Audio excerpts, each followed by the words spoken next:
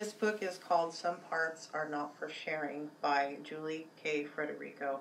I purchased this after I found out that my son and daughter were being molested as a way to help them cope.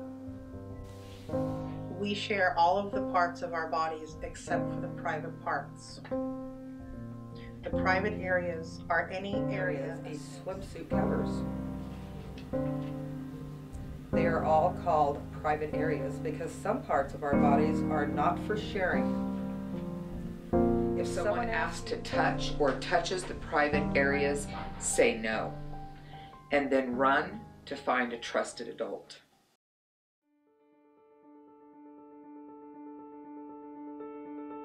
My name is Nicole Ownbey. My children are Lily Marie Lusk and Jackson James Lusk. They are currently aged 7 and 8, and they are residing in Kingman, Arizona with the man that raped them.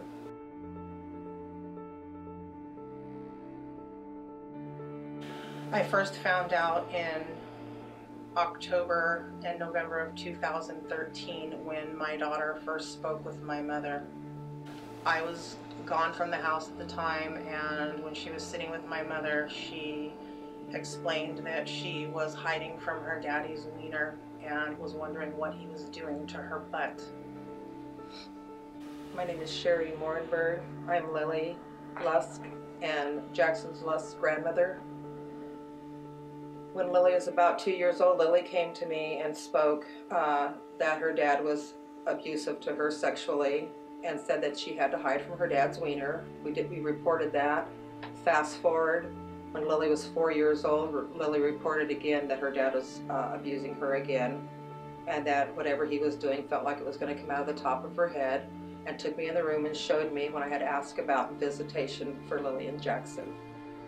My name is Jennifer Wynn, and I am a child and family advocate here in Wichita, Kansas. I was contacted by Sherry, who is a grandmother, dealing with the punishment of calling the police to save her grandchild who is being sexually abused. When I was first told what was going on, it's stories that I've heard before. However, this case was different in that I had actual medical documentation of sexual abuse that was occurring to this 3-year-old little girl. Fast forward to 2015, and when my daughter was asked about her next visitation, she expressed to my mother as well, I don't want to go because Bruce has been hurting my vagina. And at that point, she brought my mother into the bedroom and took down her panties and explained that whatever he was sticking in her vagina gave her pressure that felt like it was coming out of the top of her head. On the second time of reporting the abuse, which was a couple of years later, Lily had reported to me on that date that Bruce, was just her father, had molested her. And so we called the police immediately. My husband was a 32-year detective, and we are a law enforcement family, so we did the right thing, was to report. And Lily went ahead and we took her to the doctor to Loma Linda University in California. She spent 18 hours there underneath forensics, and it came back with forensic of torn vagina for Lily.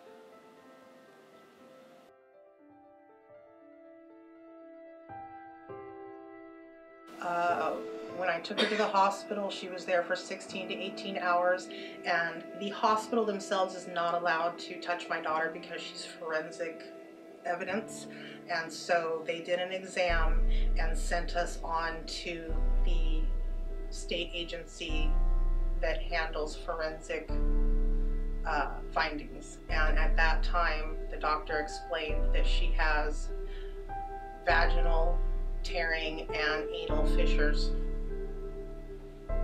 To this day, on Lily's vaginal tear, nobody is bringing it up. It's been covered up the whole time. We've tried to get it to be spoken up to in court. It is a complete cover-up. They've thrown it out. They're just treating it as a family law when it's criminal. It's not family law, it's criminal, what he's done to Lily, to the children. I've had situations where I've had 6-year-old little girls telling me that they are being sexually abused. but I've never had a case where medical documentation existed and never allowed to be brought up in a court hearing that was evolving around the child's best interest. Unfortunately, even with the findings of forensic evidence and reports stating Daddy did this to me, unbeknownst to me, they closed the case.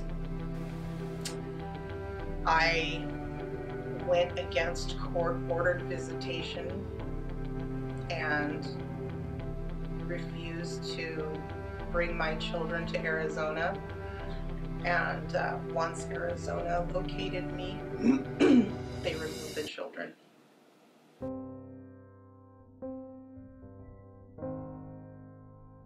The children have spent the past 2 years very confused as to why Mommy has not rescued them.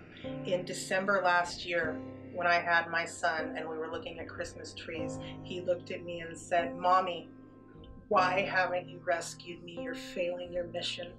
And that's what I had to hear from my son. "Mommy, you're failing your mission to rescue me. I want to go home." My son often runs in the parking lot when visitation is over. I've had my daughter beg me to roll her up in blankets and shove her in the car and rescue her. They beg me. I have to feel worthless every 2 weeks when my children beg me, "Mommy, please, please, when are we coming home? Please, Mommy." Every 2 weeks they look at me, and my son has depression problems and anger issues. He was never an angry baby. He was a beautiful mama's boy, and they're suffering psychologically so badly, and physically they're neglected and abused. I just don't know how I'm swept under the rug with them. I don't know how nobody's reaching out to my children.